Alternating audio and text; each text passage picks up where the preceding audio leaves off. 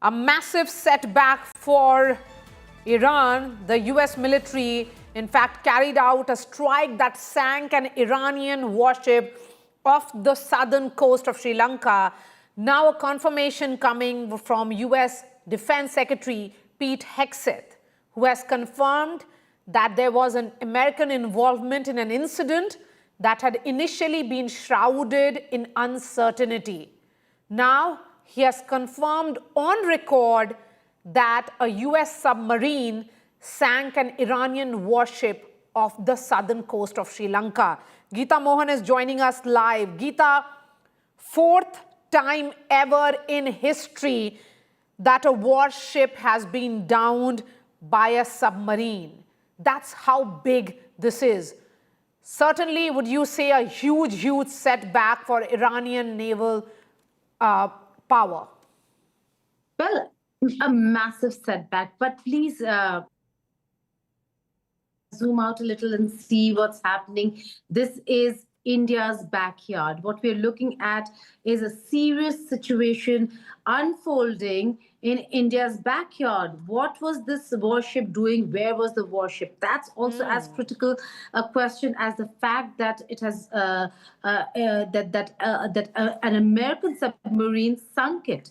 The fact that this ship was a part of the International Fleet Review 2026 that was taking place in Vizag, that's Visakhapatnam in India. It was on its way back to Iran. It has sunk in the shores or in the Indian Ocean off the coast of India, not in Indian waters, but off the coast of India, off the coast of Sri Lanka. Certainly should worry us as to what is a spy submarine doing in these waters. One, that, but then again, we are here. It is time of war. These are war times, and nothing is a no-go area when it comes to securing your interests. America looking at its own interests, but the fact that America was monitoring the International Fleet Review that was taking place in Vizag and was monitoring the Iranian warship. So this is huge. This is unprecedented. Yes. A huge loss of life, because when they came for the International Fleet Review, obviously there were more people, more personnel on board that ship than Yes. it would have been if it was just a maintenance trip or a maintenance movement. Yes. But that was not the case. So a lot of loss of lives, people on board. There's the Sri Lankan Navy that came to the rescue. But this entire press conference clearly says what the US intends to do with Iran and in Iran. So a massive development over here, Maria, when it comes to an Iranian ship attacked off the Lankan coast. These are waters that India considers very important and secures watches very closely and ensures that they are secure for India and to keep Indian interests secure. Yes, because in the last 80 years, ever since the Second World War, Geeta, only 4 warships have been sunk by submarines. It was INS Kukri in December 1971, ARA General Belgrano in May 1982, ROKS Chennai March 2010, and IRIS Dena March 2026. And Geeta, there were reports, but it was Sri Lanka's Foreign Minister Vijita Herath who had actually told the parliament that about 180 people were on board the Iranian vessel, which was identified as IRIS Dena. So certainly we can say the number of casualties can be confirmed with what the Sri Lankan Foreign Minister has told. And to put this in context for our viewers, there was a distress call, and that's what Sri Lankan officials said. And the ship named IRIS Dena had recently taken part in the International Fleet Review in 2026 in India before beginning its return voyage. It was listed as taking part in a naval drill held in the Bay of Bengal from February 18th to February 25th. And this is according to the website, which is the exercise website. The Sri Lankan authorities have said that 32 people had been rescued and several bodies recovered from the sea. The injured were being treated at a state-run hospital in the southern port city of Galle. Geeta, this will be something that the Iranians will now have to accept about their ship being downed. Do you think this will be seen as a setback and it will be difficult for them to accept it? Absolutely. One, that. Secondly, they will be seeking and looking at their own partners in the region, particularly India, where the ship was, for that international fleet review as to what is it that they're going to do about the fact that their warship has been sunk by the Americans. We'll have to wait and see how India reacts to this, what India really does about it. But for Iran, for Tehran, this is a massive, massive loss. Let's just look at what had happened. Now, we are given to understand that IRIS Dena sent out a distress signal at around 5:08 a.m. The warship was on its way back, as we've been discussing, after the International Fleet Review on the 25th and from the 15th to the 25th of February. And when they encountered distress in the international waters of Galle coast in Sri Lanka, they certainly sent out signals, and it was the Sri Lankan Navy that came to the rescue. Initially, there were only reports of the ship having been sunk, and there were no confirmations as to who was involved or who would claim responsibility for such an act. But now the Americans have come out and very clearly have taken responsibility for having downed or sunk this warship. Again, this is in 80 years since the Second World War. There are only, like you said, Maria, only 4 warships that have been sunk by submarines, and IRIS Dena is the latest, maybe after 16, 17 years of the last ship having been sunk. So major development. We'll have to see how the international community really reacts to this. But these are, again, I said, times of war. They're going to do whatever they can to completely decimate the Iranian Navy, army, military, the force.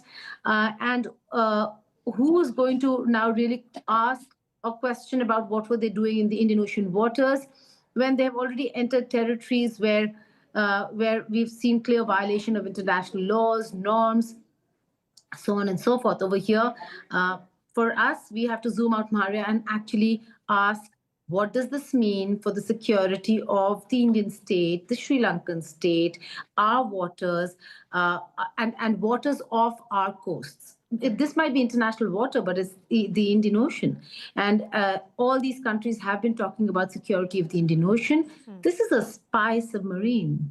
Yes. It is Iran today. It could be anybody tomorrow. So there are massive questions because that would have to be asked. It was part of the operation itself. The Iranian ship was in fact part of Milan exercise that was being hosted by the Indian Navy. 2 weeks before the sinking, the Eastern Naval Command, Geeta, had in fact welcomed the Iranian vessel during its port call at Visakhapatnam, and that's the reason perhaps why it was in waters close to the Indian territory. Sandeep Unithan is also joining us. In fact, Sri Lanka has confirmed that at least 80 on board the Iranian ship have been killed. Yes, Sandeep Unithan is joining us. Sandeep, how should this be seen? Day 5 of this war, and a major setback, something that we have seen last several decades ago. Well, Maria, a couple of points. Well, this is only the 4th sinking of a submarine after the Second World War. In the last 80 years, only 4 warships have been sunk by submarines. The first was during the 1971 India-Pak War. The second was during the 1982 Argentine-UK War of the Falklands. The third was, of course, in 2010, where a North Korean submarine sank a South Korean warship. This is only the 4th such incident after the Second World War. And to give you an idea how rare that is, during the Second World War, something like 2,000 warships were sunk by submarines. In the 80 years since, only 4 warships have been sunk. Now, this incident of a US Navy submarine sinking an Iranian frigate in waters very close to India should concern us, because this talks of a certain sense of unrestricted submarine warfare, warships, submarines going around shooting other warships in international waters. That will concern a lot of people because the Indian Ocean is one of the most important global maritime arteries. A majority, nearly 1/5 of global commerce, trade, energy uh, passes through the Indian Ocean region. So, maritime shipping shippers would be very concerned about this development. That is, clearly the United States expanding its theater of influence, theater of operations from the Persian Gulf all the way down to the Indian Ocean, which is more than 3,000 kilometers away from the conflict zone. But the US seems to have, regarded all Iranian warships or Iranian infrastructure as fair game in this conflict. One can only wonder what's going to happen in the days ahead as this, theater of conflict expands, gradually pulling in more countries. And this, I must tell you very quickly, Maria, is that how close this is to Indian waters. This is really the ship, the Iranian ship was, I believe, to have called in at Kochi for refueling before it was to head back to the Persian Gulf to its base in Iran. So this is how close we have come to the theater of war. The entire Arabian Sea seems to be an active maritime theater now, given the sinking of this warships. A lot of vessels would now be very careful in where they're headed to. Certainly, vessels heading towards Iran would be very careful, and any vessels that are related to allied with Iranian interests, possibly the Chinese would be on very high alert as well, given the fact that there are multiple Chinese warships here as well. The Chinese have, they've been maintaining a maritime presence here since 2008. The anti-piracy patrols, that has been continuing without a break for the last nearly 2 decades now. So everybody would be on alert, watching out for this kind of, submarine activities. Because when submarines start appearing and start firing torpedoes in international waters, everybody gets concerned. Maria. Okay, so Geeta, after this press conference, it becomes increasingly clear that this is a war in which every country will have to pick a side. If a submarine is downing a warship in waters close to India, then India will also have to pick a side. Are we sensing this almost Maria, very similar important. to, perhaps, let me ask that question directly, is this the Third World War? Any world war, Maria, from here on would look somewhat like this, where countries are hedging, countries are joining. We just spoke with the president of Finland and asked the same thing. He said Iran made a big mistake by attacking the Gulf because that ensures coalition of the willing. Now, what is coalition of the willing? When countries come together because they have been attacked, because now they're seeing one country that stands as an enemy, which would not have been had Iran not attacked them. So they come together, and then you have some Western forces also joining you.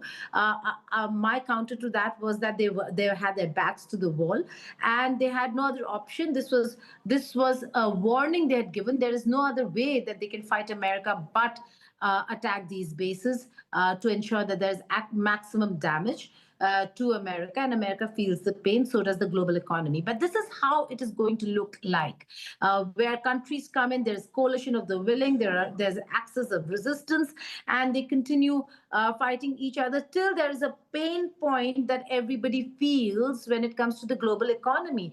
What is that pain point? We'll have to see. But beyond that, Maria, like I was discussing with you, and I'd like maybe Sandeep to weigh in. Zoom out a little, Sandeep, and tell us, this might not be Indian water in terms of territory, but it is Indian water in terms of the sense that we have of the Indian Ocean. A spy submarine coming into these waters, today it's Iran, tomorrow it can be anyone, any state that's in this territory, and maybe a country that America does not like the face of. So there is no respect for any boundaries, or there no respect for any, even in international waters, everything is a fair game now. Have we reached that stage, Sandeep? Yeah, very clearly, Maria. The fact is that all warships have the right to innocent passage. They can pass through international waters and, of course, even pass through coastal waters of certain countries, most countries. They are allowed that right. But, in a scenario like this where the US basically, decides to just go after a country without even any kind of a formal declaration of war, any authorization from any United Nations. They're not acting as part of any charter. They've just, invoked a certain their own justifications for launching this war. Everything becomes fair game. Then it is no longer this rules-based order. Then you're looking at a very different set of rules, which we call the law of the jungle, where basically might is right, and anyone who has a very powerful warship can go around doing anything, and no one else can protest. So that is the short of this. The fact is that nuclear submarines charging about in international waters, shooting ships should worry a lot of people, including us, the Indian Navy, because we are so close nearby. The Indian Navy is, of course, on high alert. It is ready to provide assistance to the Indian nationals who are stuck there, and of course, will be Okay. ready to carry out any missions if the government of India asks them to do so. Maria. Geeta, you've actually put it very well by saying that if there is a coalition of the willing, there is also an axis of resistance, and that's how this war is increasingly shaping, and perhaps we'll get clarity whether this indeed is the Third World War that is happening right in front of us. Geeta Mohan and Sandeep Punithan, really appreciate your time. Thank you for joining us.